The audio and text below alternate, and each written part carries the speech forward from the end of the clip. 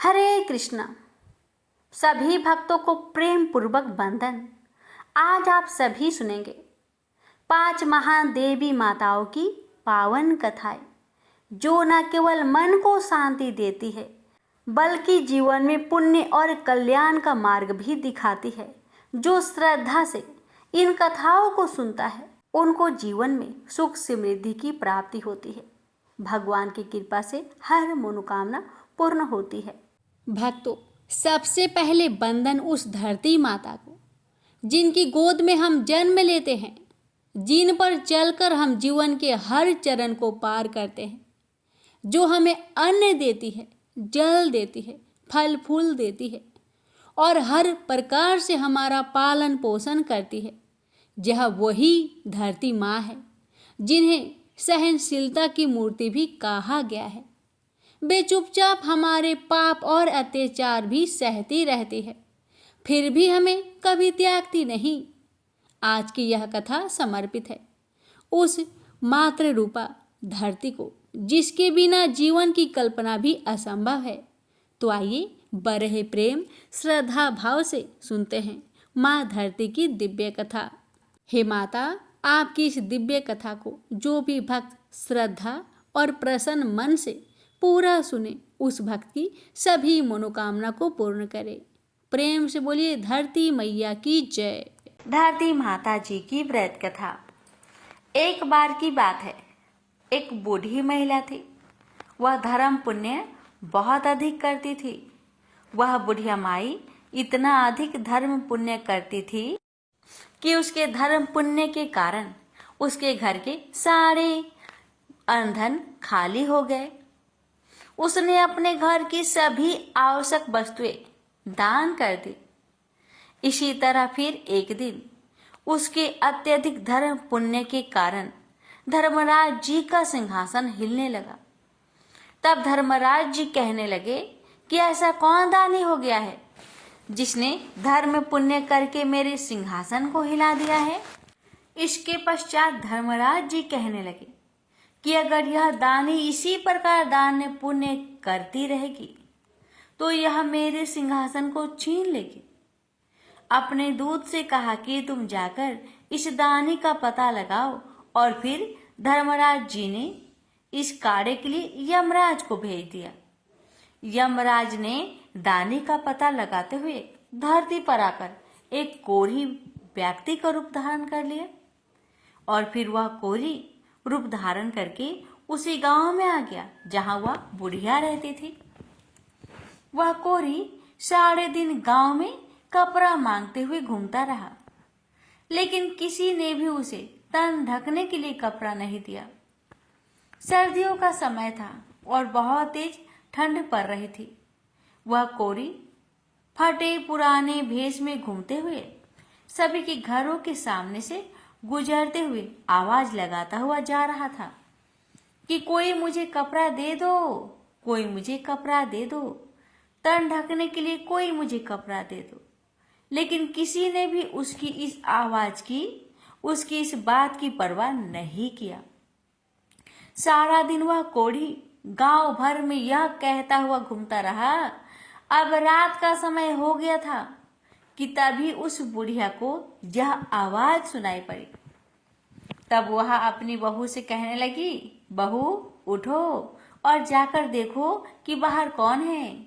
मुझे यह किसी मांगते भिखारी की आवाज लगती है। उसे सर्दी लग रही होगी, शायद तुम बाहर जाकर देखो और उससे पूछो कि उसे क्या चाहिए। तब वे अपनी सास की बात सुनकर कहने लगी, माँ जी, अपने द्वार पर तो कोई ना कोई आता ही रहता है मांगने के लिए। न आप दिन में चैन लेती है और न ही हमें रात में सोने देती है। रात के 12 बज गए हैं, अब इस समय हम बाहर नहीं जाएंगे। आपको तो नींद नहीं आती है और हमें आप सोने नहीं देती हैं। और इस प्रकार कहकर बड़ी 3 बहुओं ने बाहर जाने के लिए मना कर दिया। परंतु चौथे नंबर की बहू कहने लगी, माँ आप निश्चिंत रहे, मैं जाकर पता लगाती हूँ कि बाहर कौन आया है। और फिर वह बहू बाहर आकर दिखती है कि बाहर एक कोढ़ी बैठा है। तब वह बहू उस कोढ़ी से पूछती है कि बाबा आपको क्या चाहिए। तब वह कोढ़ी रूप धारण किए हुए यमराज कहने लगे कि मैं कोढ़ी हूँ, मुझे सर्दी लग रही है, आप ओढ़ने के लिए कोई वस्त्र दे दीजिए। और फिर बहू उसकी सब बात सुनकर घर के भीतर चली गई और अंदर जाकर उसने सारी बात अपनी सासू माँ से बता दी। बहू की सारी बात सुनकर सासू माँ कहने लगी, बहू तेरे पिताजी के ऊपर जो कम्बल है वह कम्बल ले जाकर उस कोढ़ी को दे दो। यह बात सुनकर बहू कहने लगी, नहीं माँ जी नहीं, अगर ऐसा किया तो पिताजी को ठंड लग जाएगी और पिताजी मर जाएंगे। बुढ़िया माई फिर से बहू से कहने लगी कि मेरे ऊपर जो गुर्दी है यह तेरे पिताजी पर डाल दे, और उनका कंबल उतारकर उस जरूरतमंद भिखारी को दिया। हम तो फिर भी घर के भीतर हैं, दरवाजे बंद करके बैठे हैं, उसके पास तो कुछ भी नहीं है। इसे कंबल को ओढ़ने से उसका सर्दी से कुछ बचाव होगा। तत्पश्चात वह बहू अपनी सास की बात को मानते हुए कंबल को लेकर गई और बाहर द्वार पर बैठे उस भिखारी कोढ़ी को दे दिया। वह भिखारी उस कंबल को लेकर उस द्वार से उठकर वहां से चल दिया। इसके बाद कोढ़िया भिखारी भेष बनाए हुए यमराज अपने वास्तविक रूप में आकर धर्मराज जी के पास जाकर कहने लगे, महाराज यह लो कंबल, गांव के बाहरी हिस्से में एक बुढ़िया माई रहती है और वह बहुत अधिक दान पुण्य करती है। उसके घर में यह मात्र एक कंबल ही बचा था और वह भी उसने मुझे दे दिया। उसने नई और पुरानी सभी चीजों का दान कर दिया है। उसके घर में दान के लिए अब कुछ भी शेष नहीं बचा है। यह बात सुनकर धर्मराज जी कहने लगे, अब वह बुढ़िया माई अवश्य ही मेरा सिंहासन ले लेगी। और फिर धर्मराज जी दूत से बोले कि तुम जाओ और उस बुढ़िया माई को यहाँ लेकर आओ। अब वह दूत धर्मराज जी की आज्ञा का पालन करते हुए उस बुढ़िया माई को लेने के लिए धरती पर आए और उसे साथ लेकर चले गए। बुढ़िया ने वहां पहुंचकर जैसे ही पहला कदम उठाया रखने के लिए तो नीचे पानी ही पानी था। उसे पैर रखने के लिए धरती तक नहीं मिली। यह सब देख बुढ़िया माई बहुत हैरान हो गई और जहां बुढ़िया माई खड़ी थी वहीं रह गई और फिर मन में विचार करती हुई भगवान जी से कहने लगी, हे भगवान यह क्या है, ये क्यों हो रहा है, अब मेरा क्या होगा। और फिर बुढ़िया माई कहने लगी कि हे महाराज मेरे पैरों के नीचे धरती क्यों नहीं है, मुझे धरती चाहिए, मुझे धरती दीजिए, आप धरती दीजिए। तब भगवान बुढ़िया माई से बोले, धरती तो बुढ़िया माई तूने मोल ही नहीं ली है, मैं तुझे कहां से लाकर दूं धरती। यह बात सुनकर बुढ़िया माई गुस्से के स्वर में कहने लगी कि जब तुझे खड़ी रहने के लिए और चलने के लिए धरती ही नहीं मिलेगी तो मुझे आप यहाँ पर लाए ही क्यों। धर्मराज जी कहने लगे कि धरती तो जो मोल लेता है उसे ही यहाँ धरती मिलती है। फिर बुढ़िया माई विनम्र भाव से कहने लगी, हे महाराज मैं यह सब नहीं जानती थी कि धरती किस प्रकार मोल लेते हैं, मुझे यह सब बताइए।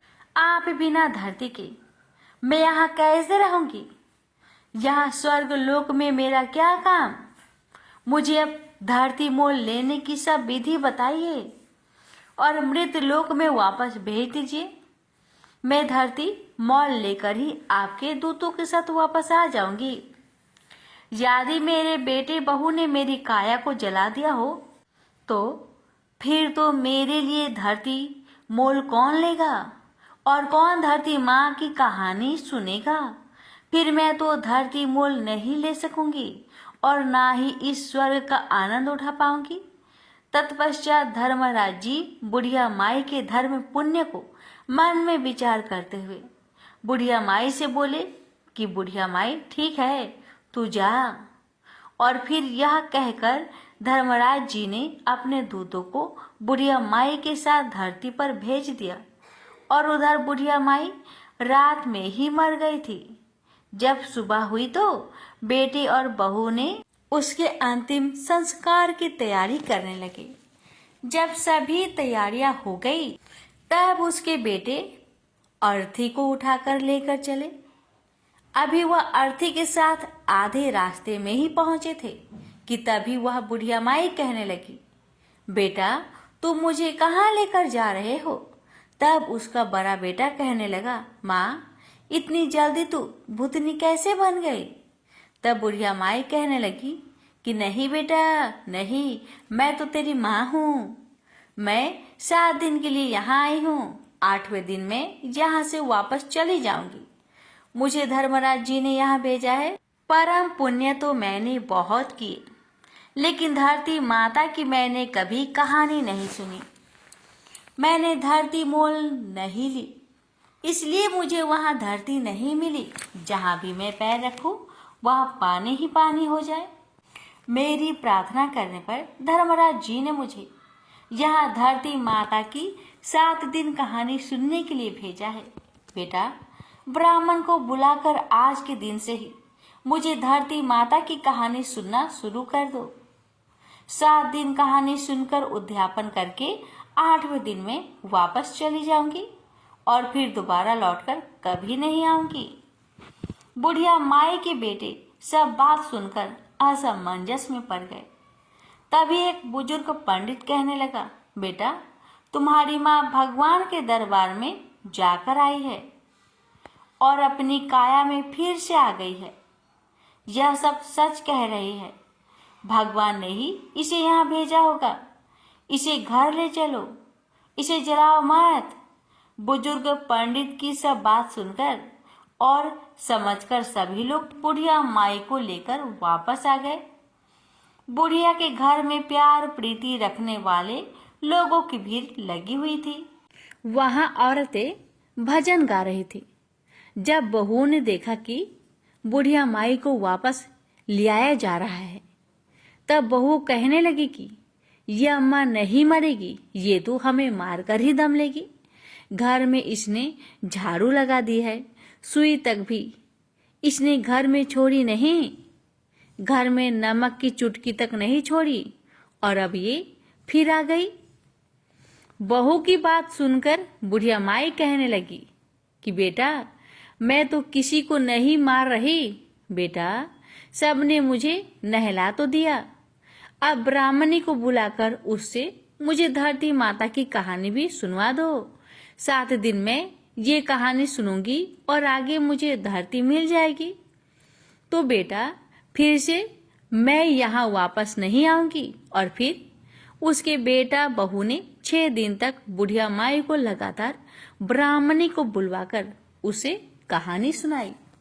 7वें दिन पानी का भरा हुआ एक लौता रोली मौली 5 सवा नाल का धागा गुड़ की डली लेकर बुढ़िया माई अपनी बहू से कहने लगी कि चलो बेटा तुम सब मेरे साथ पीपल के नीचे चलो। वहां चलकर हम सब मिलकर बैठकर धरती माता की कहानी सुनेंगे। आज मेरे इस व्रत का उद्यापन करना है, तुम भी सब चलो। तुम सब भी इस कथा को सुनना, जिससे तुम भी यह पीड़ा दुख ना पड़े। और फिर वह बुढ़िया माई अपने सभी बहुओं और ब्राह्मणी को लेकर पीपल के पेड़ के नीचे पहुंच गई। वहां बैठकर ब्राह्मणी ने धरती माता की कहानी कही और बुढ़िया माई और सब लोगों ने कहानी सुनी।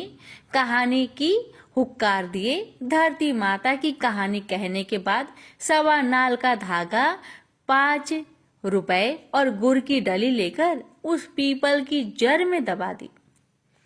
फिर बुढ़िया माई हाथ जोड़कर कहने लगी कि लो धरती माँ, इसे स्वीकार करो।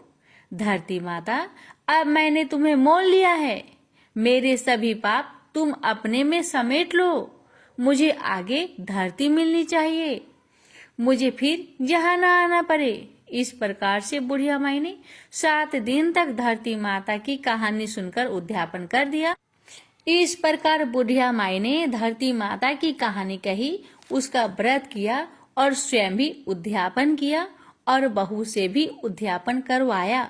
और फिर जब सभी घर लौटी तब बुढ़िया माई ने बहू से कहा, बेटा आज मेरा यहाँ आखिरी दिन है, आज मुझे सभी प्रकार का भोजन करा दो, मैं चली जाऊंगी और फिर दोबारा लौटकर कभी नहीं आऊंगी। तब बहुएं उनसे कहने लगी, क्या खिलाए और कहाँ से लाए, घर में तो तुमने कुछ भी नहीं छोड़ा है।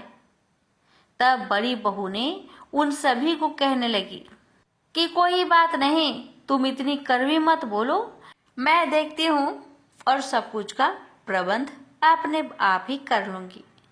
मैं अभी पड़ोस में जाकर आती हूँ, माँ के करने के लिए भोजन तो मिल ही जाएगा। और यह सब बोलकर वह बड़ी बहू अपने पड़ोस के घरों में जाकर किसी से कुछ मांगा तो किसी से कुछ। इस प्रकार उसने अपनी सास के लिए सभी प्रकार का भोजन तैयार किया।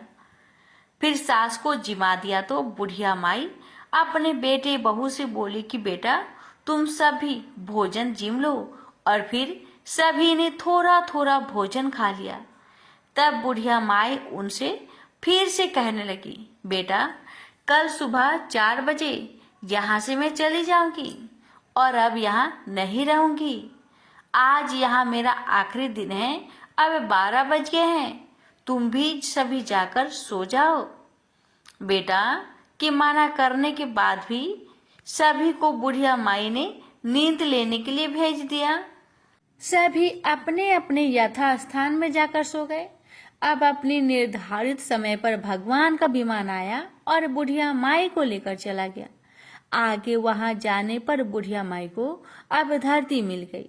अब बुढ़िया माई भगवान से कहने लगी कि हे भगवान, अब आप मेरी और एक इच्छा पूरी करो। तब भगवान कहने लगे कि तुम्हारी अब कौन सी इच्छा पूरी करो। तब वह बोली कि मेरे घर में कुछ भी नहीं छोड़कर आई हूँ, मैंने सब कुछ दान में दे दिया है, यहाँ तक कि मैंने गुड़ चाय नमक ये तक भी नहीं छोड़ा। अब मेरे मरने के बाद मेरे बेटे बहू मेरा विधि विधान कैसे पूरा करेंगे। जो मैंने दान धर्म किया है उसे 4 गुना करके आप लौट आइए। तब भगवान बोले, ठीक है, मैंने दिया, तेरा किया हुआ दान धर्म तेरे बेटे बहू को 4 गुना करके मैंने उन्हें लौटा दिया। बुढ़िया माई अब तेरे घर में हर चीज की मौज होगी। उधर जब सुबह हुई तब छोटी बहू उठकर सभी से कहने लगी, उठ जाओ, चाय पी लो, सासू माँ को तो खूब भोजन खिलाया है। वह तो अब उठेगी नहीं। और फिर वह जेठानी के पास जाकर कहने लगी, जाकर संभालो अपनी सास को, तुम उनकी लाडली बहू हो, वह तो अकर के सोई हुई है और अब उठती ही नहीं। तब बड़ी बहू उसे कहने लगी कि अकर के तो क्या सोई होगी, उनके बताए अनुसार 7 दिन बीत गए हैं, आज 8वां दिन है, सासू तो गई। और फिर छोटी बहू कहने लगी कि जाकर संभाल लो अपनी सास को। बड़ी बहू ने जल्दी जल्दी आकर सास को देखा और फिर वह दौड़ती हुई अपने पति के पास आकर कहने लगी कि आप चाय पी रहे हैं, लाकर आंगन में सुला दो। जब बुढ़िया माई को लाकर आंगन में सुला दिया गया तब सबसे छोटी बहू कहने लगी कि मैंने सदा आप सबकी सुनी और आपकी हर बात मानी, आज आप सब मेरी बात सुनो। तब सभी कहने लगे, बताओ। तब वह कहने लगी कि इस लोटे में भरे हुए पानी से सासू जी को छींटे लगा दो, फिर नहलाई धुलाई तो पहले से ही है, अगर आप लोग रोए तो ये फिर वापस आ जाएगी, इसे पानी का छींटा देकर उठा ले जाओ। तुम 4 भाई बहुत हो, 5वें की जरूरत नहीं है, और उठा ले जाओ और जला के आओ जिससे कि इसकी गति हो जाए। तब सारे भाई आपस में बात करने लगे कि पहले भी हम लोगों को इकट्ठा करके शर्मिंदा हो चुके हैं, अब बिना देर किए इनका कहना मान लेते हैं। ऐसा विचार करके सभी भाइयों ने बुढ़िया माई को उठाया और चल दिए जलाने के लिए शमशान की ओर। तब रास्ते में पीपल के नीचे कुछ औरतें जो कहानी सुन रही थी। बुढ़िया माई के बेटों को इस भांति जाते हुए देखकर वह सब समझ गए और दूसरे से कहने लगे कि बैसाख का पावन महीना है, बुढ़िया माई तो मर गई और बहुओं ने भजन तक भी नहीं गवाए। चलो हम सब वहाँ भजन गाने के लिए चलते हैं। दो चार राम के नाम लिए जाएंगे। और यह विचार कर वह सभी बुढ़िया माई के घर जाकर भजन गाने लगी। उधर बेटों ने बुढ़िया माई का दाह संस्कार कर दिया और अब वह घर की ओर आने लगी।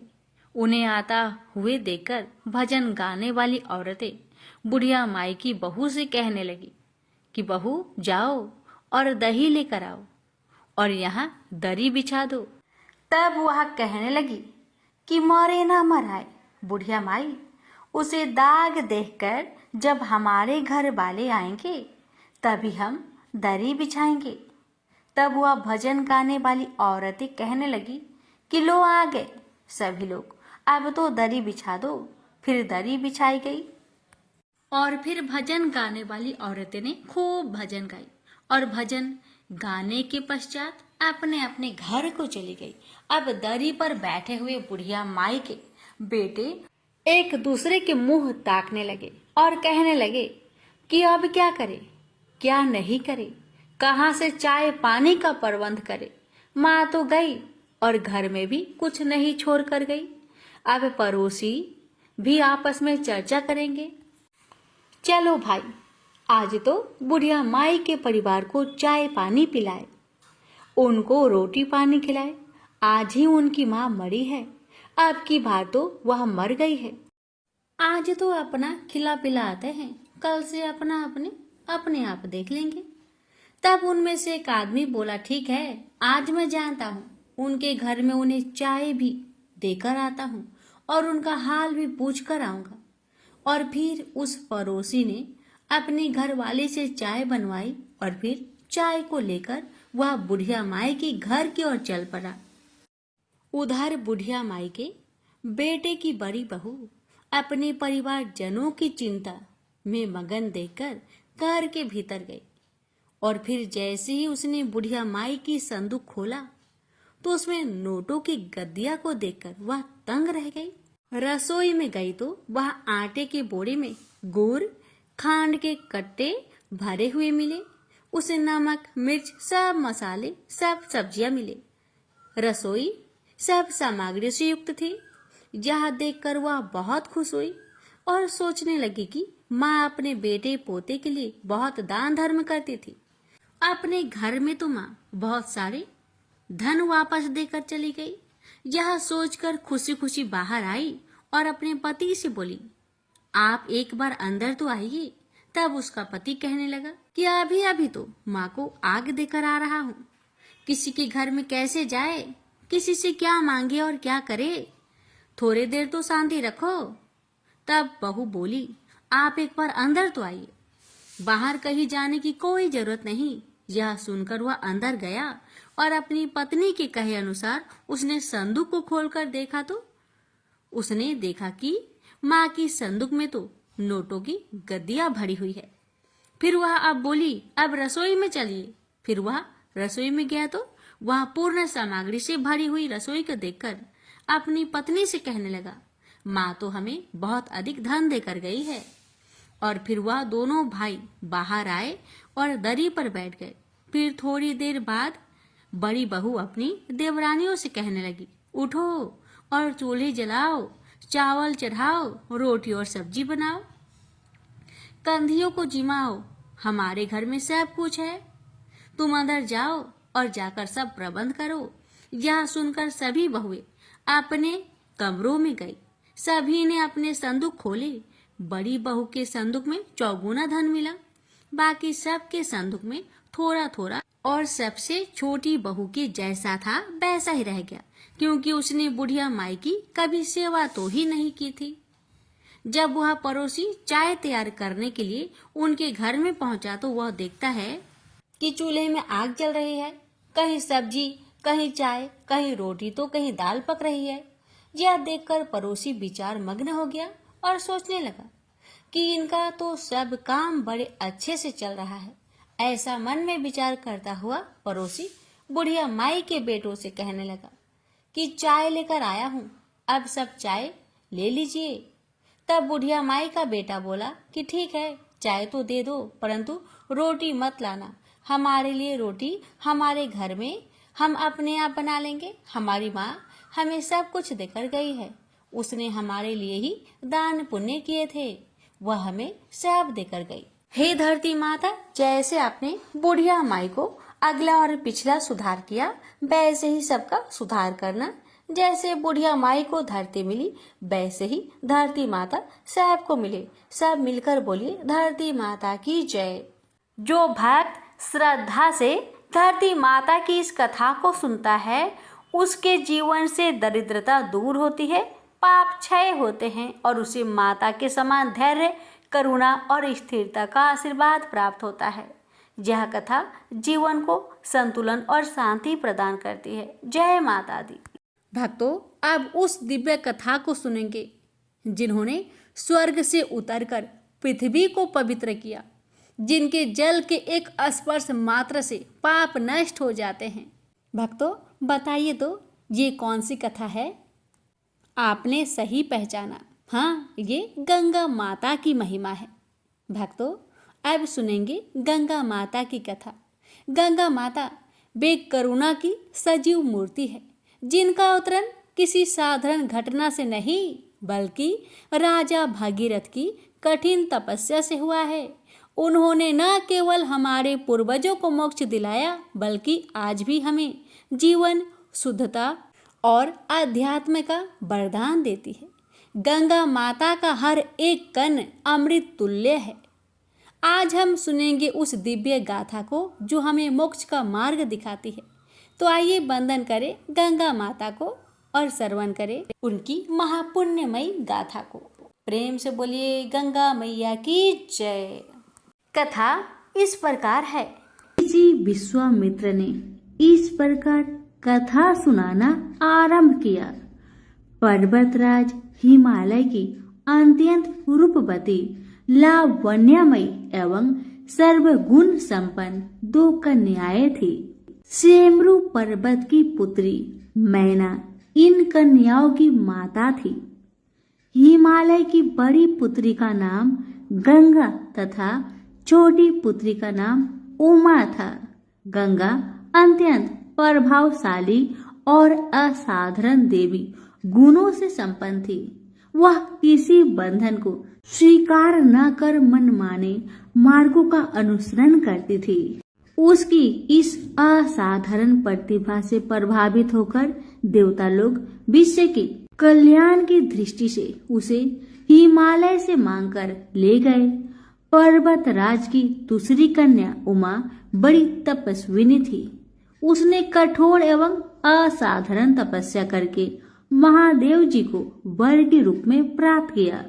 विश्वामित्र के इतना कहने पर राम ने कहा, हे भगवान, जब गंगा को देवता लोग सुरलोक ले गए तो वह पृथ्वी पर कैसे अवतरित हुई और गंगा को त्रिपथ गंगा क्यों कहते हैं? इस पर ऋषि विश्वामित्र ने बताया, महादेव जी का विवाह तो उमा के साथ हो गया था, किंतु 100 वर्ष तक भी उनके किसी संतान की उत्पत्ति नहीं हुई। एक बार महादेव जी के मन में संताप उत्पन्न करने का विचार आया। जब उनके इस विचार की सूचना ब्रह्मा जी सहित देवताओं को मिली तो वे विचार करने लगे कि शिव जी के संतान के तेज को कौन संभाल सकेगा। उन्होंने अपनी इस शंका को शिव जी के सम्मुख प्रस्तुत किया। उनके कहने पर अग्नि ने यह भार ग्रहण किया और परिमाण स्वरूप अग्नि के समान महान तेजस्वी स्वामी कार्तिकेय का जन्म हुआ। देवताओं के इस षड्यंत्र से उमा के संतान होने में बाधा पड़ी तो उन्होंने क्रोध होकर देवताओं को श्राप दिया कि भविष्य में वे कभी पिता नहीं बन सकेंगे। इस बीच सुरलोक में विचरण करती हुई गंगा से उमा की भेंट हुई। गंगा ने उमा से कहा कि मुझे सुरलोक में विचरण करते हुए बहुत दिन हो गए हैं। मेरी इच्छा है कि मैं अपनी मातृभूमि पृथ्वी पर विचरण करूं। उमा ने कहा, गंगा आश्वासन दिया कि वे इसके लिए कोई प्रबंध करने का प्रयत्न करेगी। वत्स राम, तुम्हारी ही अयोध्यापुरी में सागर नाम के एक राजा थे। उनके कोई पुत्र नहीं था। सागर की पट रानी केसनी विदर्भ प्रांत के राजा की पुत्री थी। केसिनी सुंदर, धर्मात्मा और सत्यपरायण थी। सागर की दूसरी रानी का नाम सुमति थी, जो राजा अरिष्ट नेमि की कन्या थी। दोनों रानियों को लेकर महाराज सागर हिमालय के भृगु प्रसवन नामक प्रांत में जाकर पुत्र प्राप्ति के लिए तपस्या करने लगे। उनकी तपस्या से प्रसन्न होकर भृगु ने उन्हें वर दिया कि तुम्हें बहुत से पुत्रों की प्राप्ति होगी। दोनों रानियों में से एक का केवल एक ही पुत्र होगा, जो कि वंश को बढ़ाएगा, और दूसरी के 60,000 पुत्र होंगे। कौन सी रानी कितने पुत्र चाहती है, इसका निर्णय वे स्वयं वापस में मिलकर कर ले। कोसनी ने वंश को बढ़ाने वाले एक पुत्र की कामना की और गरुड़ की बहन सुमति ने 60,000 बलवान पुत्र की। उचित समय पर रानी कोसनी ने असमंजस नामक पुत्र को जन्म दिया। रानी सुमति के गर्भ से एक टुम्बा निकल, जिसे फोड़ने पर छोटे छोटे 60,000 पुत्र निकले। उन सबका पालन पोषण घी के घरों में रखकर किया गया। कालचक्र बीतता गया और सभी राजकुमार युवा हो गए। सागर का ज्येष्ठ पुत्र असमंजस बड़ा दुराचारी था और उसे नगर के बालकों को सरयू नदी में फेंककर उन्हें डूबते हुए देखने में बड़ा आनंद आता था। इस दुराचारी पुत्र से दुखी होकर सागर ने उसे अपने राज्य से निर्वासित कर दिया। असमंजस के अंशुमान नाम का एक पुत्र था। अंशुमान अत्यंत सदाचारी और पराक्रमी था। एक दिन राजा सागर के मन में अश्वमेघ यज्ञ करवाने का विचार आया। शीघ्र ही उन्होंने अपने इस विचार को कार्य रूप में परिवर्तित कर दिया। राम ने ऋषि विश्वामित्र से कहा, गुरुदेव, मेरी रुचि आपने पूर्वज सागर की यज्ञ कथा को विस्तार पूर्वक सुनने में है। अतः कृपा करके इस वृत्तांत को पूरा पूरा सुनाइए। राम के इस तरह कहने पर ऋषि विश्वामित्र प्रसन्न होकर कहने लगे, राजा सागर ने हिमालय एवं विंध्याचल के बीच की हरी भरी भूमि पर एक विशाल यज्ञ मंडप का निर्माण करवाया। फिर अश्वमेघ यज्ञ के लिए श्यामकर्ण घोड़ा छोड़कर उसकी रक्षा के लिए पराक्रमी अंशुमान को सेना के साथ उसके पीछे भेज दिया। यज्ञ की संभावित सफलता के परिमाण की आशंका से भयभीत होकर इंद्र ने एक राक्षस का रूप धारण करके उस घोड़े को चुरा लिया। घोड़े की चोरी की सूचना पाकर सागर ने अपने 60,000 पुत्रों को आदेश दिया कि घोड़ा चुराने वाले को पकड़कर या मारकर घोड़ा वापस लाओ। पूरी पृथ्वी खोजने पर भी जब घोड़ा नहीं मिला तो इस आशंका से कि किसी ने घोड़े को तय खाने में न छुपा रखा हो, सागर के पुत्रों ने संपूर्ण पृथ्वी को खोदना आरंभ कर दिया। उनके इस कार्य से असंख्य भूमितल निवासी प्राणी मारे गए। खोदते खोदते वे पाताल तक जा पहुंचे। उनके इस निःसंग कृत्य की देवताओं ने ब्रह्मा जी से शिकायत की तो ब्रह्मा जी ने कहा कि ये राजकुमार क्रोध एवं मद में अंधे होकर ऐसा कर रहे हैं। पृथ्वी की रक्षा का दायित्व कपिल पर है, इसलिए वे इस विषय में कुछ न कुछ अवश्य ही करेंगे। पूरी पृथ्वी को खोदने के बाद भी जब घोड़ा और उसको चुराने वाला चोर नहीं मिला तो निराश होकर राजकुमारों ने इसकी सूचना अपने पिता को दे दी। रुष्ट होकर सागर ने आदेश दिया कि घोड़े को पाताल में जाकर ढूंढो। पाताल में घोड़े को खोजते खोजते वे सनातन वासुदेव कपिल के आश्रम में जा पहुँचे। उन्होंने देखा कपिल देव आंखें बंद किए बैठे हैं और उन्हीं के पास यज्ञ का वह घोड़ा बंधा हुआ है। उन्होंने कपिल मुनि को घोड़े का चोर समझकर उनके लिए अनेक दुर्वचन कहे और उन्हें मारने के लिए दौड़े। सागर के इन कुकृत्यों से कपिल मुनि की समाधि भंग हो गई। उन्होंने क्रोध होकर सागर के उन सब पुत्रों को भस्म कर दिया। जब महाराज सागर को बहुत दिनों तक अपने पुत्र की सूचना नहीं मिली तो उन्होंने अपने तेजस्वी पौत्र अंशुमान को अपने पुत्रों तथा घोड़े का पता लगाने के लिए आदेश दिया। वीर अंशुमान शस्त्रों से सुसज्जित होकर उसी मार्ग से पाताल की ओर चल पड़ा जिसे उसके चाचाओं ने बनाया था।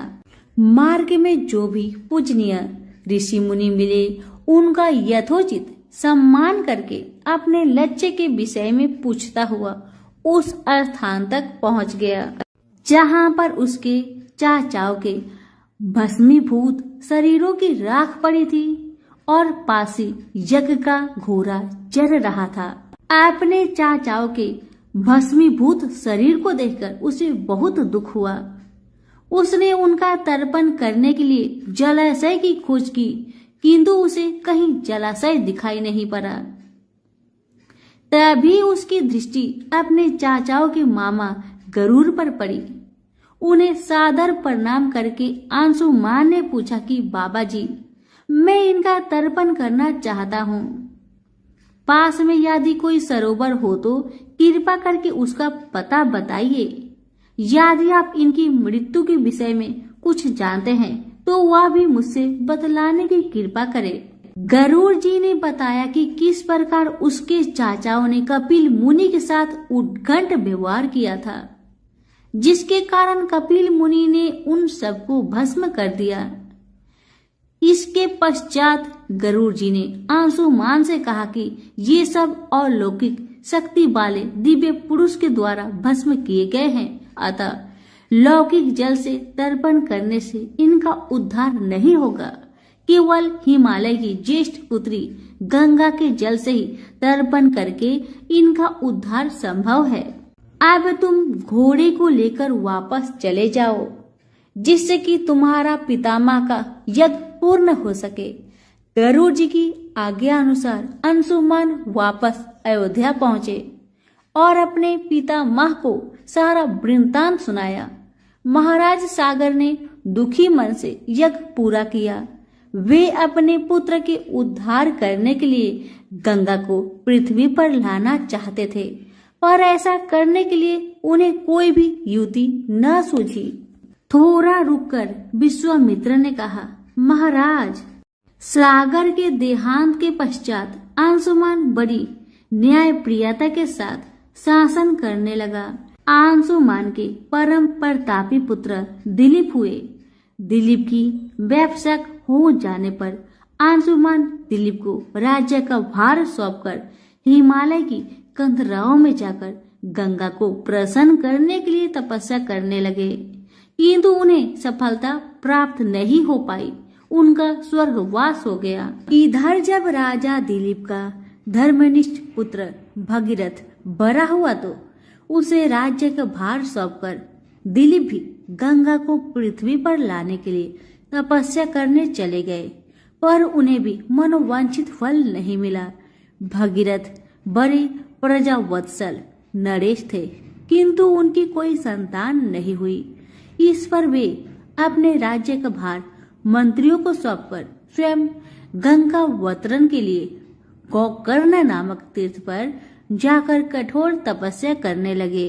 उनकी अभिभूत पूर्व तपस्या से प्रसन्न होकर ब्रह्मा जी ने उन्हें वर मांगने के लिए कहा। भगीरथ ने ब्रह्मा जी से कहा कि हे प्रभु, यदि आप मुझ पर प्रसन्न है तो मुझे यह वर दीजिए इस सागर के पुत्र को मेरे प्रयत्नों से गंगा का जल प्राप्त हो, जिससे उनका उद्धार हो सके। इसके अतिरिक्त मुझे संतान प्राप्ति का भी वर दीजिए, ताकि इक्ष्वाकु वंश नष्ट न हो। ब्रह्मा जी ने कहा कि संतान का तेरा मनोरथ शीघ्र ही पूर्ण होगा, किंतु तुम्हारे माथे गए प्रथम वरदान को देने में कठिनाई यह है कि जब गंगा जी वेग के साथ पृथ्वी पर अवतरित होगी तो उनके वेग को पृथ्वी संभाल नहीं सकेगी। गंगा जी की वेग को संभालने की क्षमता महादेव जी के अतिरिक्त किसी में भी नहीं है, इसलिए तुम्हें महादेव जी को प्रसन्न करना होगा। इतना कहकर ब्रह्मा जी अपने लोक को चले गए। भगीरथ ने साहस नहीं छोड़ा। वे 1 वर्ष तक पैर के अंगूठे के सहारे खड़े होकर महादेव जी की तपस्या करते रहे। केवल वायु के अतिरिक्त उन्होंने किसी अन्य वस्तु का भक्षण नहीं किया। अंत में इस महान भक्ति से प्रसन्न होकर महादेव जी ने भगीरथ को दर्शन देकर कहा, हे भक्त श्रेष्ठ, हम तेरी मनोकामना पूरी करने के लिए गंगा जी को अपने मस्तक पर धारण करेंगे। इसकी सूचना पाकर बेबस होकर गंगा जी को सूर्यलोक का परित्याग करना पड़ा। उस समय वे सूर्यलोक से कहीं जाना नहीं चाहती थी, इसलिए वे यह विचार करके कि मैं अपने प्रचंड वेग से शिव जी को बहाकर पाताल लोक ले जाऊंगी, वे भयानक वेग से शिव जी के सिर पर अवतरित हुई। गंगा के इस वेगपूर्ण अवतरण से उनका अहंकार शिव से छुपा नहीं रहा। महादेव जी ने गंगा की वेग गति धाराओं को अपने जटाजूट में उलझा लिया। गंगा जी अपने समस्त प्रयत्नों के बाद भी महादेव जी के जटाओं से बाहर न निकल सकी। गंगा जी को इस प्रकार शिव जी की जटाओं में विलीन होते देख भगीरथ ने फिर शंकर जी की तपस्या की। भगीरथ के इस तपस्या से प्रसन्न होकर भगवान शंकर ने गंगा जी को हिमालय पर्वत पर स्थित बिंदुसर में छोड़ा। छूटते ही गंगा जी 7 धाराओं में बट गई। गंगा जी की 3 धाराएं दाहिनी, पावनी और नलिनी पूर्व की ओर प्रवाहित हुई। सुचक्षु, सीता और सिंधु नाम की 3 धाराएं पश्चिम की ओर बही और 7वीं धारा महाराज भगीरथ के पीछे पीछे चली। जिधर जिधर भगीरथ जाते थे उधर उधर ही गंगा जी जाती थी। स्थान स्थान पर देव, यक्ष, किन्नर, ऋषि मुनि आदि उनके स्वागत के लिए एकत्रित हो रहे थे। जो भी उस जल का स्पर्श करता था भव बाधाओं से मुक्त हो जाता था। चलते चलते गंगा जी उस स्थान पर पहुंची जहां ऋषि जहू यज्ञ कर रहे थे। गंगा जी अपने वेग से उनकी यज्ञशाला को संपूर्ण सामग्री के साथ बहाकर ले जाने लगी। इससे ऋषि को बहुत क्रोध आया और उन्होंने क्रोध होकर गंगा का सारा जल पी लिया। यह देखकर समस्त मुनियों को बड़ा विस्मय हुआ और वे गंगा जी को मुक्त करने के लिए उनकी स्तुति करने लगे। उनकी स्तुति से प्रसन्न होकर जाहू ऋषि ने गंगा जी को अपने कानों से निकाल दिया और उन्हें अपनी पुत्री के रूप में स्वीकार किया। तब से गंगा जाह्नवी कहलाने लगी। इसके पश्चात वे भागीरथ के पीछे पीछे चलते चलते समुद्र तक पहुंच गई और वहां से सागर के पुत्रों का उद्धार करने के लिए रसातल में चली गई। उनके जल के स्पर्श से भस्मीभूत हुए सागर के पुत्र निष्पाप होकर स्वर्ग गए। उस दिन से गंगा के 3 नाम हुए, त्रिपथ गंगा, जाह्नवी और भागीरथी। सभी प्रेम से बोलिए गंगा मैया की जय हो। जो भक्तजन भक्ति से गंगा माता की इस पवित्र कथा को सुनता है उसके जन्मों के पाप छीन हो जाते हैं, उसकी आत्मा शुद्ध होती है और जीवन में शांति, स्वास्थ्य और सौभाग्य का प्रवेश होता है। यह कथा केवल कानों से नहीं, हृदय से सुनने योग्य है, क्योंकि गंगा माता स्वयं मोक्ष का द्वार है। प्रेम से बोलिए जय गंगे, हर हर गंगे। अब सुनते हैं तीसरी कथा। भक्तों, जब बात हो नारी की आत्मसम्मान की, प्रेम के परम रूप की और धर्म के लिए किए गए त्याग की, तब एक ही नाम स्मरण होता है। कौन सा नाम स्मरण होता है, क्या आपको पता है? कमेंट में बताइए। जी हाँ, सती माता की। तो अब आप सुनेंगे सती माता की कथा। भक्तों, सती माता वे भगवान शिव की अर्धांगिनी थी, परंतु जब उनके पिता दक्ष ने भगवान शिव का अपमान किया तो सती ने अपने प्राण त्याग कर उस अपमान का उत्तर दिया। यह कथा केवल एक विवाह या वियोग ही नहीं, यह नारी बल, श्रद्धा और त्याग की महागाथा है। तो आइए सुनते हैं सती माता से पार्वती बनने की वह पवित्र यात्रा, जो हमें धर्म और आत्मसम्मान का सच्चा अर्थ सिखाती है। प्रेम से बोलिए जय माता दी। दक्ष प्रजापति की सभी पुत्रियां गुणवंती थी, फिर भी दक्ष के मन में संतोष नहीं था। वे चाहते थे उनके घर में एक ऐसी पुत्री का जन्म हो जो सर्वशक्ति संपन्न हो एवं सर्व विजयिनी हो। अतः दक्ष एक ऐसी ही पुत्री के लिए तप करने लगा। तप करते करते अधिक दिन बीत गए तो भगवती आद्य ने प्रकट होकर कहा, मैं तुम्हारे तप से प्रसन्न हूँ। तुम किस कारण तप कर रहे हो? दक्ष ने तप करने का कारण बताया तो माँ बोली, मैं स्वयं पुत्री के रूप में तुम्हारे यहाँ जन्म धारण करूंगी। मेरा नाम सती होगा। मैं सती के रूप में जन्म लेकर अपनी लीलाओं का विस्तार करूंगी। फलतः भगवती आद्य ने सती रूप में दक्ष के यहाँ जन्म लिया। सती दक्ष की सभी पुत्रियों में सबसे अलौकिक थी। सती ने बाल्य अवस्था में ही कई ऐसे अलौकिक, आश्चर्यचकित करने वाले कार्य कर दिखाए थे, जिन्हें देखकर स्वयं दक्ष को भी विस्मय होता था। जब सती विवाह योग हो गई तो दक्ष को उनके लिए वर की चिंता होने लगी। उन्होंने ब्रह्मा जी से इस विषय में परामर्श किया। ब्रह्मा जी ने कहा, सती आद्य के अवतार है। आद्य आदि शक्ति और शिव आदि पुरुष है। अतः सती के विवाह के लिए शिव ही योग और उचित वर है। दक्ष ने ब्रह्मा जी की बात मानकर सती का विवाह भगवान शिव के साथ कर दिया। सती कैलाश में जाकर भगवान शिव के साथ रहने लगे। भगवान शिव दक्ष के दामाद थे, किंतु किसी वजह से दक्ष के हृदय में भगवान शिव के प्रति बैर और विरोध भाव पैदा हो गया। एक बार देवलोक में ब्रह्मा ने धर्म के निरूपण के लिए एक सभा का आयोजन किया था। सभी बड़े बड़े देवता सभा में एकत्र हुए। भगवान शिव भी इस सभा में बैठे थे। सभा मंडल में दक्ष का आगमन हुआ। दक्ष के आगमन पर सभी देवता उठकर खड़े हो गए, पर भगवान शिव खड़े नहीं हुए। उन्होंने दक्ष को प्रणाम भी नहीं किया। फलतः दक्ष ने अपमान का अनुभव किया। केवल यही नहीं, उनके हृदय में भगवान शिव के प्रति ईर्ष्या की आग जल उठी। वे उनसे बदला लेने के लिए समय और अवसर की प्रतीक्षा करने लगे। एक बार सती और शिव कैलाश पर्वत पर बैठे हुए परस्पर वार्तालाप कर रहे थे। उसी समय आकाश मार्ग से कई विमान कनखल की ओर जाते हुए दिखाई पड़े।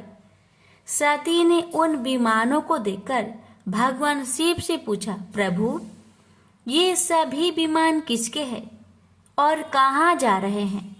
भगवान शंकर ने उत्तर दिया, आपके पिता ने बड़े यज्ञ का आयोजन किया है। समस्त देवता और देवंगनाएं इस विमानों में बैठकर उसी यज्ञ में सम्मिलित होने के लिए जा रहे हैं। इस पर सती ने दूसरा प्रश्न किया, क्या मेरे पिता ने आपको यज्ञ में सम्मिलित होने के लिए नहीं बुलाया? भगवान शंकर ने उत्तर दिया, आपके पिता मुझसे बैर रखते हैं, फिर वो मुझे क्यों बुलाने लगे? सती मन ही मन सोचने लगी, फिर बोली, यज्ञ के इस अवसर पर अवश्य मेरी सभी बहनें आएंगी। उनसे मिले हुए बहुत दिन हो गए। यदि आपकी अनुमति हो तो मैं भी अपने पिता के घर जाना चाहती हूँ। यज्ञ में सम्मिलित हो लूंगी और बहनों से भी मिलने का सुअवसर मिलेगा। भगवान शिव ने उत्तर दिया, इस समय वहां जाना उचित नहीं होगा। आपके पिता मुझसे बैर रखते हैं। हो सकता है वे आपका भी अपमान करे। बिना बुलाए किसी के घर जाना उचित नहीं होता है। इस पर सती ने प्रश्न किया, ऐसा क्यों? भगवान शिव ने उत्तर दिया, विवाहित लड़की को बिना बुलाए पिता के घर नहीं जाना चाहिए, क्योंकि विवाह हो जाने पर लड़की अपने पति की हो जाती है। पिता के घर से उसका संबंध टूट जाता है। लेकिन सती पीहर जाने के लिए हठ करती रही, अपनी बात बार बार दोहराती रही। उनकी इच्छा देखकर भगवान शिव ने पीहर जाने की अनुमति दे दी। उनके साथ अपना एक गण भी साथ में भेज दिया। उस गण का नाम वीरभद्र था। सती वीरभद्र के साथ अपने पिता के घर गई। घर में सती से किसी ने भी प्रेम पूर्वक वार्तालाप नहीं किया। दक्ष ने उन्हें देखकर कहा, तुम क्या यहाँ मेरे अपमान कराने आई हो? अपनी बहनों को तो देखो, वे किस प्रकार भांति भांति के अलंकारों और सुंदर वस्त्रों से सुसज्जित है। तुम्हारे शरीर पर मात्र बाघंबर है। तुम्हारा पति शमशानवासी और भूतों का नायक है। वह तुम्हें बाघंबर छोड़कर और पहना ही क्या सकता है? दक्ष के कथन से सती के हृदय में पश्चाताप का सागर उमड़ पड़ा। वे सोचने लगी, उन्होंने यहाँ आकर अच्छा नहीं किया। भगवान ठीक ही कह रहे थे, बिना बुलाए पिता के घर में भी नहीं जाना चाहिए। पर अब क्या हो सकता है? अब तो आ ही गई हूँ। पिता के कटु और अपमानजनक शब्द सुनकर भी सती मौन रही। वे उस यज्ञ मंडल में गई जहाँ सभी देवता और ऋषि मुनि बैठे थे तथा यज्ञ कुंड में धू धू करती जलती हुई अग्नि में आहुतियां डाली जा रही थी। सती ने यज्ञ मंडप में सभी देवताओं के तो भाग देखे, किंतु भगवान शिव का भाग नहीं देखा। वे भगवान शिव का भाग ना देखकर अपने पिता से बोली, पिता श्रेष्ठ, यज्ञ में तो सबके भाग दिखाई पड़ रहे हैं, किंतु कैलाशपति का भाग नहीं है। आपने उनका भाग क्यों नहीं रखा? दक्ष ने गर्व से उत्तर दिया, मैं तुम्हारे पति शिव को देवता नहीं समझता। वह तो भूतों का स्वामी, नग्न रहने वाला और हड्डियों की माला धारण करने वाला है। वह देवताओं की पंक्ति में बैठने योग्य नहीं है। उसे कौन भाग देगा? सती के नेत्र लाल हो उठे। उनका मुखमंडल प्रलय की सूर्य की भांति तेजोदीप्त हो उठा। उन्होंने पीड़ा से तिल मिलाते हुए कहा, ओ, मैं इन शब्दों को कैसे सुन रही हूँ? मुझे धिक्कार है। देवताओं, तुम्हें भी धिक्कार है।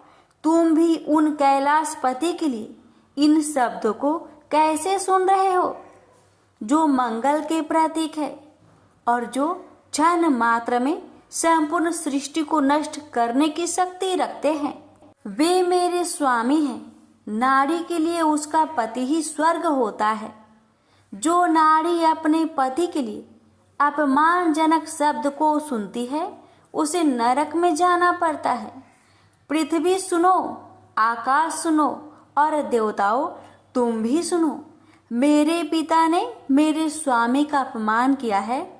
मैं अब एक क्षण भी जीवित रहना नहीं चाहती।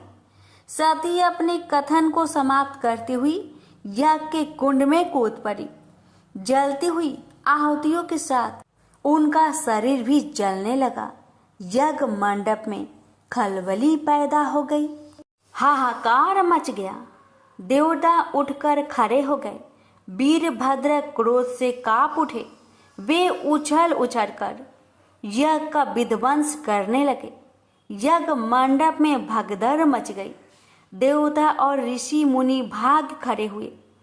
वीरभद्र ने देखते ही देखते दक्ष का मस्तक काट कर फेंक दिया। समाचार भगवान शिव के कानों में भी पड़ा। वे प्रचंड आंधी की भांति कनखल जा पहुंचे।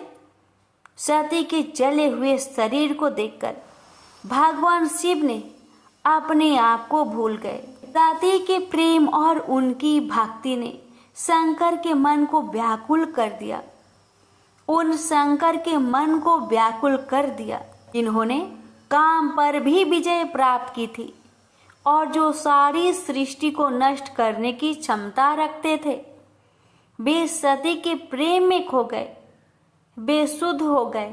भगवान शिव ने उन्मत्त की भांति सती के जले हुए शरीर को कंधे पर रख लिया। वे सभी दिशाओं में भ्रमण करने लगे। शिव और सती के इस अलौकिक प्रेम को देखकर पृथ्वी रुक गई, हवा रुक गई, जल का प्रवाह ठहर गया और रुक गई देवताओं की सांसें। सृष्टि व्याकुल हो उठी। सृष्टि के प्राणी पुकारने लगे, त्राहि माम, त्राहि माम। भयंकर संकट उपस्थित देखकर सृष्टि के पालक भगवान विष्णु आगे बढ़े। वे भगवान शिव की बेसुधी में अपने चक्र से सती के एक एक अंग को काट काट कर गिराने लगे। धरती पर 51 स्थानों में सती के अंग कट कट कर गिरे। जब सती के सारे अंग कट कर गिर गए तो भगवान शिव पुनः अपने आप में आए। जब वे अपने आप में आए तो पुनः सृष्टि के सारे कार्य चलने लगे। धरती पर जिन 51 स्थानों में सती के अंग कट कट कर गिरे थे वे ही स्थान आज शक्तिपीठ माने जाते हैं। आज भी उन स्थानों में सती का पूजन होता है, उपासना होती है। धन्य था शिव और सती का प्रेम। शिव और सती के प्रेम में उन्हें अमर और वंदनीय बना दिया। प्रेम से बोलिए सती मैया की जय। सुनेंगे माँ पार्वती के रूप में जन्म की कथा। बाद में सती की विरह में शंकर जी दयनीय दशा हो गई। वे हर पल सती का ही ध्यान करते रहते और उन्हीं ही चर्चा में व्यस्त रहते। उधर सती ने भी शरीर का त्याग करते समय संकल्प किया था कि मैं राजा हिमालय के यहाँ जन्म लेकर शंकर जी की अर्धांगिनी बनूं। अब जगदम्बा का संकल्प व्यर्थ होने से तो रहा। वे उचित समय पर राजा हिमालय की पत्नी मेनका के गर्भ में प्रविष्ट होकर उनकी कोख में से प्रकट हुई। पर्वतराज की पुत्री होने के कारण वे पार्वती कहलाई। जब पार्वती बड़ी होकर सयानी हुई तो उनके माता पिता को अच्छा वर तलाश करने की चिंता सताने लगी। एक दिन अचानक देव ऋषि नारद राजा हिमालय के महल में आ पहुंचे और पार्वती को देख कहने लगे कि इसका विवाह शंकर जी के साथ होना चाहिए और वे ही सभी दृष्टि से इसके योग हैं। पार्वती के माता पिता के आनंद का यह जानकर ठिकाना ना रहा कि साक्षात जगत माता सती ही उनके यहाँ प्रकट हुई है। वे मन ही मन भाग्य को सहराने लगे। एक दिन अचानक भगवान शंकर सती की बीरा में घूमते घूमते उसी प्रदेश में जा पहुंचे और पास के ही स्थान गंगा उत्तरन में तपस्या करने लगे। जब हिमालय को इसकी जानकारी मिली तो वे पार्वती को लेकर शिव जी के पास गए। वहां राजा ने शिव जी से विनम्रता पूर्वक अपनी पुत्री को सेवा में ग्रहण करने की प्रार्थना की। शिव जी ने पहले तो आनाकानी की, किंतु पार्वती की भक्ति देखकर वे उनका आग्रह न टाल सके। शिव जी से अनुमति मिलने के बाद तो पार्वती प्रतिदिन अपनी सखियों को साथ ले उनकी सेवा करने लगी। पार्वती हमेशा इस बात का सदा ध्यान रखती थी कि शिव जी को किसी भी प्रकार का कष्ट ना हो। वे हमेशा उनके चरण धोकर चरणोदक ग्रहण करती और षोडशोपचार से पूजा करती।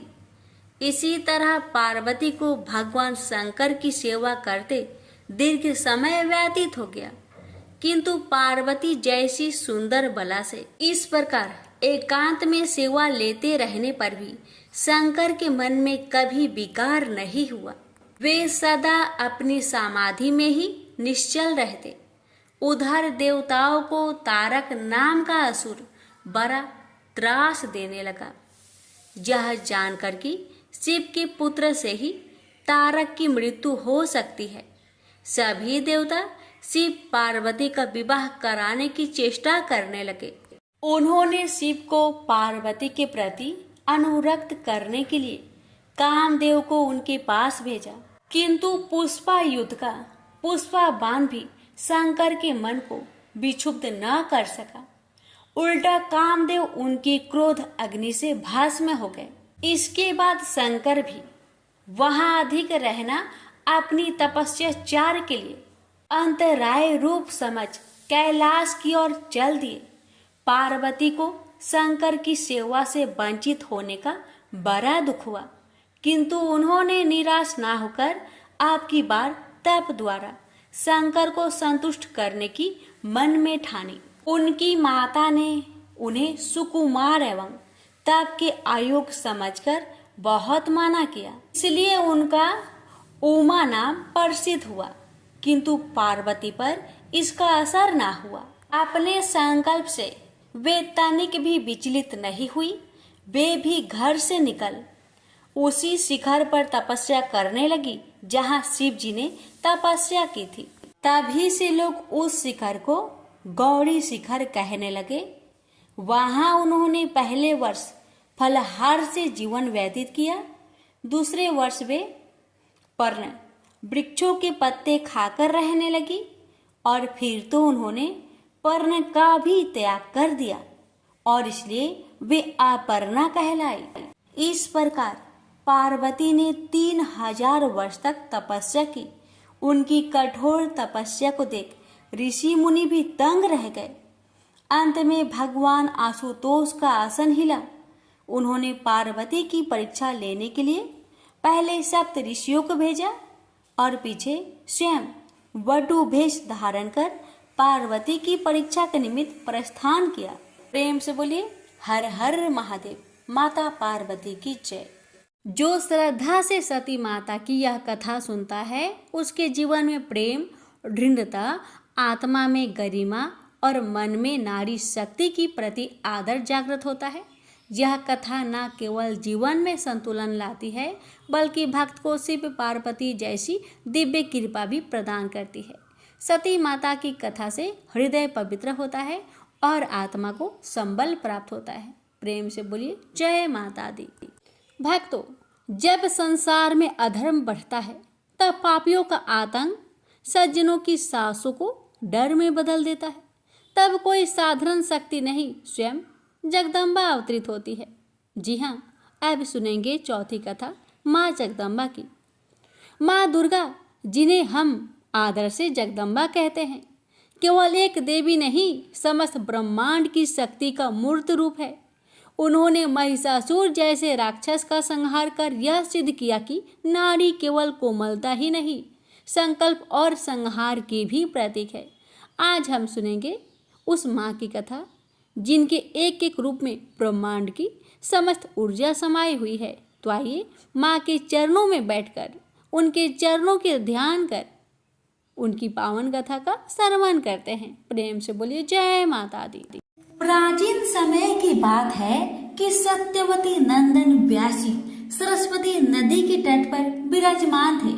उनके आश्रम में गौरैया पंछी का एक जोड़ा था। उन्हें देखकर वह आश्चर्य में पड़ गए। उन्होंने देखा कि पंछी अपने घोंसले में थे। उनका एक सुंदर बच्चा भी अभी अभी अंडे से बाहर निकला था। उस बच्चे के सभी अंग बड़े सुंदर तथा पंख और रोह से सहित थे। दोनों पंछी उस बच्चे को आहार पहुंचाने के लिए असीम प्रयत्न कर रहे थे। बार बार दाना लाकर उन्हें बच्चे के मुख में डालना और उनका प्रधान कर्तव्य बन गया था। वे आनंद सहित बेहाल होकर उस बच्चे के अंगों को अपने अंगों से रगड़ते और प्रेम पूर्वक मुख चूमा करते थे। उन गौरैया का अपना बच्चे के प्रति ऐसा अद्भुत प्रेम देखकर व्यास जी ने अपने मन में विचार किया कि जब पंछी अपने बच्चे के प्रति इतना स्नेह कर रहे हैं, तब मनुष्य का अपने संतानों में प्रेम हो तो इसमें कौन सी विचित्र बात है, क्योंकि उन्हें तो पुत्र से सेवा पाने की अभिलाषा बनी रहती है। व्यास जी इस प्रकार के विविध विचारों में उलझकर उदास हो गए। मन ही मन बहुत कुछ सोच समझकर बात निश्चित कर ली और वे मंदराचल के निकट चले गए। उन्होंने विचार किया कि मेरी मनोरथ पूर्ण कराने एवं वर देने में निपुण कौन देवता है जिसकी मैं उपासना करूं। भगवान विष्णु, शंकर, इंद्र, ब्रह्मा, सूर्य, गणेश, स्वामी कार्तिकेय, अग्नि अथवा वरुण, मुझे किसकी उपासना करनी चाहिए। इस प्रकार व्यास जी सोच रहे थे कि इतने में नारद जी वहां पधारे। नारद मुनि को देखकर व्यास जी को अपार हर्ष हुआ। उन्होंने नारद जी को प्रणाम कर कुशल समाचार पूछा। फिर नारद जी ने व्यास जी से पूछा कि आप इतने चिंतित क्यों हैं? अपनी चिंता का कारण बताइए। व्यास जी ने कहा, नारद जी, सुना गया है कि पुत्रहीन की गति नहीं होती और मानसिक सुख भी उसे सुलभ नहीं हो सकता। इसलिए मैं बहुत दुखी हूँ और यही चिंता मुझे बार बार बेचैन कर डालती है। अब मैं मनोरथ पूर्ण करने वाली किस देवता का उपासना करूं? इस विचारधारा में गोते खा रहा हूँ। इस परिस्थिति में अब आप ही मेरे आश्रय हैं। शीघ्र बताने की कृपा कीजिए कि मैं किस देवता का शरण में जाऊं जो मुझे पुत्र दे सके। इस प्रकार व्यास जी के पूछने पर नारद जी ने कहा, व्यास जी, तुम इस विषय में जो कुछ पूछ रहे हो, ठीक यही प्रश्न मेरे पिताजी ने भगवान श्री हरि से किया था। देवादिदेव भगवान जगत के स्वामी हैं। लक्ष्मी जी उनकी सेवा में उपस्थित रहती है। वे शंख, चक्र और गदा लिए रहते हैं। पीतांबर धारण करते हैं। 4 भुजाएं हैं। वे चराचर जगत के आश्रय दाता है। ऐसे जगत प्रभु भगवान श्री हरि महान तप कर रहे थे। उनकी समाधि लगी थी। यह देखकर मेरे पिता ब्रह्मा जी को बड़ा आश्चर्य हुआ। अंत में उन्होंने जानने की इच्छा प्रकट की, प्रभु, आप देवताओं के अध्यक्ष, जगत स्वामी और भूत, भविष्य एवं वर्तमान सभी जीवों के एकमात्र शासक है। फिर आप तपस्या क्यों कर रहे हैं और किस देवता की आराधना में ध्यान मग्न है? मुझे दास को यह रहस्य स्पष्ट बतलाने की कृपा कीजिए, क्योंकि श्रेष्ठ पुरुष किसी बात को छिपाते नहीं हैं। ब्रह्मा जी की बात सुनकर श्री हरि ने कहा कि ब्राह्मण, सावधान होकर सुनो। मैं अपने मन का विचार व्यक्त करता हूँ। देवता, दानव और मानव सब यही जानते हैं कि तुम सृष्टि के निर्माण करते हो, मैं पालन करता हूँ और शिव संहार किया करते हैं। किंतु फिर भी वेद पराक्रमी पुरुष अपनी मुक्ति से यह सिद्ध करते हैं कि रचना, पाताल और संहार करने की यह योग्यता जो हमें मिली है, इसकी आदि शास्त्रीय शक्ति देवी है। वे कहते हैं कि संसार की सृष्टि करने के लिए तुम्हें राजसी शक्ति का संचार हुआ है। मुझे सात्विक की शक्ति मिली है और रुद्र में तामसी शक्ति का आविर्भाव हुआ है। उस शक्ति के अभाव में तुम इस संसार की सृष्टि नहीं कर सकते, मैं पालन करने में सफल नहीं हो सकता और रुद्र से संहार कार्य होना भी संभव नहीं। हम सभी उस शक्ति के सहारे ही कार्य में सदा सफल होते आए हैं। प्रत्यक्ष और परोक्ष दोनों उदाहरण में तुम्हारे सामने रखता हूँ। सुनो, यह निश्चित बात है कि उस शक्ति के अधीन होकर ही प्रलय काल में इस शेष नाग की सैया पर सोता हूँ और सृष्टि करने का अवसर आते ही जाग जाता हूँ। मैं सदा तप करने में लगा रहता हूँ। उस शक्ति के शासन से कभी मुक्त नहीं रह सकता। कभी अवसर मिला तो लक्ष्मी के साथ सुखपूर्वक समय बिताने का सौभाग्य प्राप्त होता है। मैं कभी तो दानव के साथ युद्ध करता हूँ। अखिल जगत को भय पहुंचाने वाले दैत्यों के विकराल शरीर को शांत करना मेरा परम कर्तव्य हो जाता है। मैं बहुत पहले की बात कह रहा हूँ। उस समय तुम तो थे ही, चारों ओर जल ही जल था। मुझे 5000 वर्षों तक वायु युद्ध करना पड़ा था। मेरे कान के मैल से उत्पन्न होने वाले मधु और कैटब नामधारी 2 दानव महान दुष्ट थे। उन्हें असीम अभिमान था। भगवती आदि शक्ति की कृपा से ही मैं उन दैत्यों को मारने में सफल हो सका था। उस समय की बात से क्या तुम अनजान हो? सर्वश्रेष्ठ शक्ति ही तो उस जीत के कारण हुई थी। फिर तुम बार बार क्यों पूछते हो? जब सर्वत्र जल ही जल शेष रहता है, तब उसकी इच्छा के अधीन होकर मैं पुरुष रूप में विचरा करता हूँ। प्रत्येक युग में कच्छप, वरा, नरसिंह और वामन रूप मुझे धारण करने पड़ते हैं। जगत की रचना करने वाले ब्रह्मा जी, तुम इससे अपरिचित नहीं हो। मुझ पर सब प्रकार से शक्ति के अधीन होकर रहना पड़ता है। उन्हीं भगवती दुर्गा का मैं निरंतर ध्यान किया करता हूँ। मेरी जानकारी में इन भगवती शक्ति से बढ़कर दूसरे कोई देवता नहीं है। नारद जी ने कहा, इस गुप्त रहस्य के वक्ता भगवान विष्णु है और श्रोता ब्रह्मा जी रहे। मुनिवर फिर तो पितामह ने वे सभी बातें अक्षरश मुझे कह सुनाई। अतएव तुम भी यदि अपना पुरुषार्थ सिद्ध करना चाहते हो तो उन्हीं भगवती के चरण कमल को अपने हृदय में धारण करो। तुम्हारी जो भी अभिलाषाएं हैं वे सभी भगवती दुर्गा अवश्य पूरी कर देगी। इस प्रकार नारद जी के कहने पर सत्यवती नंदन व्यास जी भगवती के चरण कमलों को अपने हृदय में स्थापित करके तपस्या करने के लिए पर्वत पर चले गए और भगवती माता दुर्गा की कृपा से उनकी सभी अभिलाषाएं पूर्ण हुई। प्रेम से बोलिए दुर्गा मैया की जय। जो भक्त श्रद्धा और निष्ठा से जगदम्बा माता की यह कथा सुनता है, उसके भीतर से भय समाप्त हो जाता है। जीवन में शक्ति, साहस और आत्मविश्वास का उदय होता है। माँ की कृपा से शत्रु नष्ट होते हैं, रोग दूर होते हैं और जीवन में धर्म का मार्ग स्पष्ट होता है। यह कथा केवल कथा नहीं, माँ की आराधना का एक रूप है। प्रेम से बोलिए जय जगदम्बा। माता रानी तेरी सदा ही जय हो। भक्तों, जब भक्ति अपनी चरम सीमा पर पहुंचती है तब वह स्वयं देवी का रूप ले लेती है और ऐसी ही है तुलसी माता। भक्तों, अब सुनेंगे माँ तुलसी की कथा। तुलसी माता वे कोई साधारण पौधा नहीं बल्कि साक्षात देवी का रूप है। उनकी पवित्रता और पतिव्रता धर्म के कारण उन्हें भगवान विष्णु की प्रियता प्राप्त हुई। एक बार देवताओं के गुरु बृहस्पति ने अपने शिष्यों को बताया, तुम्हें यदि सच्ची भक्ति और समर्पण को समझना है तो तुलसी माता की कथा को सुनो। आज हम उसी कथा का श्रवण करेंगे। एक ऐसी कथा जो हमें बताती है प्रेम, निष्ठा और तपस्या से प्रभु की कृपा प्राप्त हो सकता है। तो आइए सुनते हैं माँ तुलसी की वह दिव्य पौराणिक कथा। एक बार देवराज इंद्र देवगुरु बृहस्पति के साथ भगवान शिव का दर्शन करने कैलाश गए। महादेव ने दोनों की परीक्षा लेनी चाहिए, इसलिए रूप बदलकर अवधूत बन गए। उनके शरीर पर कोई वस्त्र न था। उनका शरीर जलती हुई अग्नि के समान धधक रहा था और अत्यंत भयंकर नजर आते थे। अवधूत दोनों के रास्ते में खड़े हो गए। इंद्र ने एक विचित्र पुरुष को रास्ते में खड़े देखा तो चौंके। इंद्र को देवराज होने पर गर्व घेरने लगा।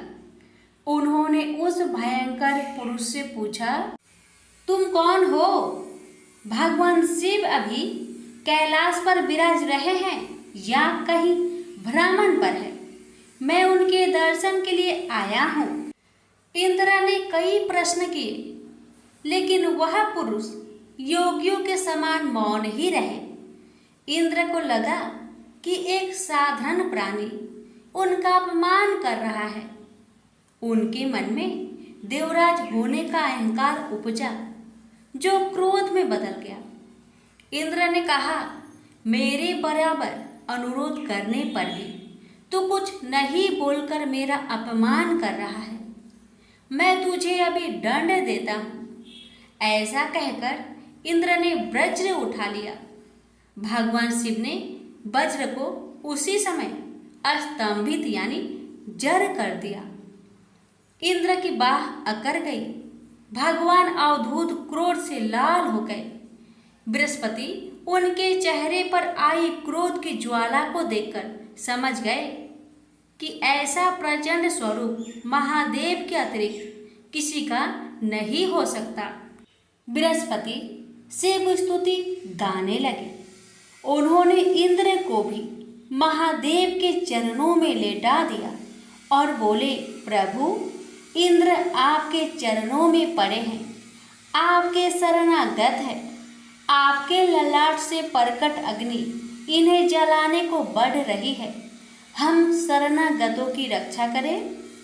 बृहस्पति ने विनती की, प्रभु, भक्तों पर आपकी सदा कृपा बरसती है।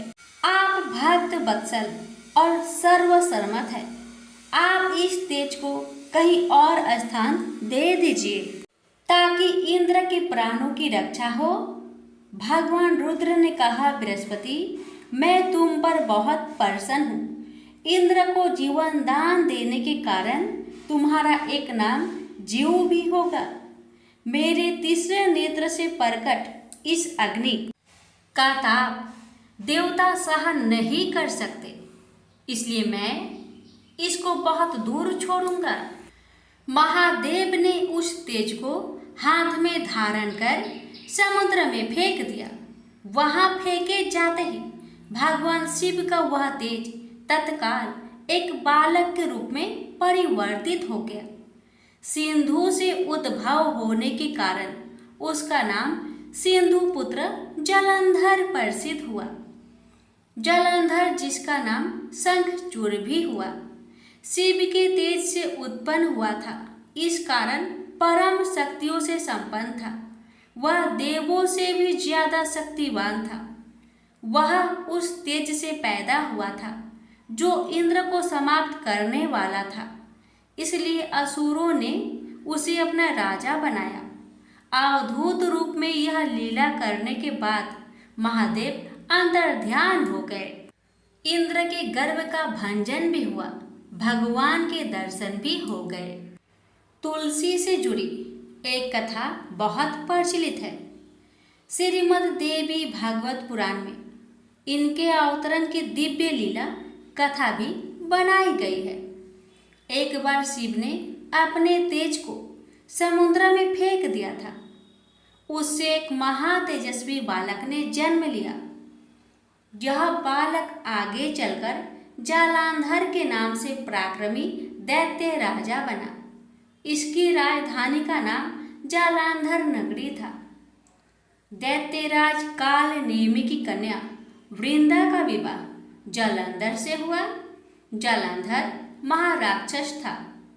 अपनी सत्ता के मद में चूर उसने माता लक्ष्मी को पाने की कामना से युद्ध किया, परंतु समुद्र से ही उत्पन्न होने के कारण माता लक्ष्मी ने उसे अपने भाई के रूप में स्वीकार किया।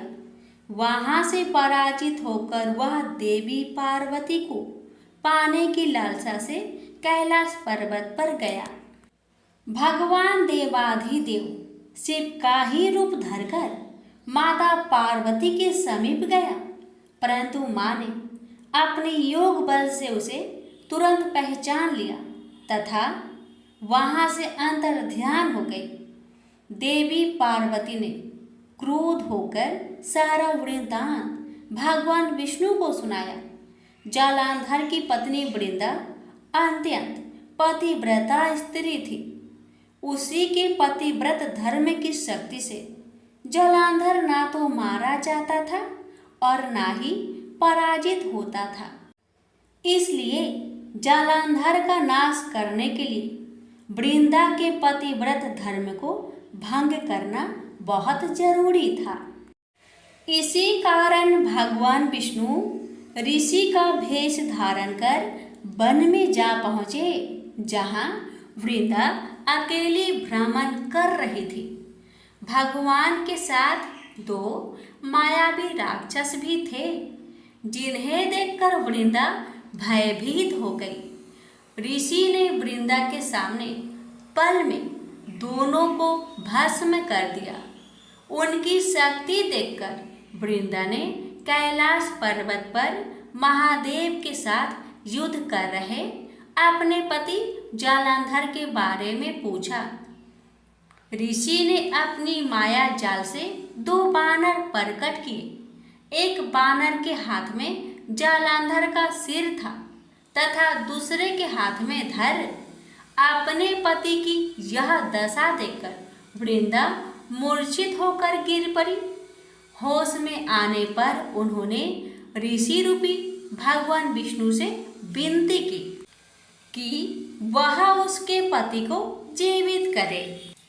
भगवान ने अपनी माया से पुनः जालंधर का सिर धड़ से जोड़ दिया, परंतु स्वयं भी वह उसी शरीर में प्रवेश कर गए। वृंदा को इस छल का जरा आभास न हुआ। जालंधर बने भगवान के साथ वृंदा पतिव्रता का व्यवहार करने लगी, जिससे उसका अस्तित्व भंग हो गया। ऐसे होते ही वृंदा का पति जालंधर युद्ध में हार गया। इस सारी लीला का जब वृंदा को पता चला तो उसने क्रोध होकर भगवान विष्णु को शीला होने का श्राप दे दिया तथा स्वयं सती हो गई। जहाँ वृंदा भस्म हुई वहाँ तुलसी का पौधा उगा। भगवान विष्णु ने वृंदा से कहा, हे वृंदा, तुम अपने अस्तित्व के कारण मुझे लक्ष्मी से भी अधिक प्रिय हो गई हो। अब तुम तुलसी के रूप में सदा मेरे साथ रहोगी।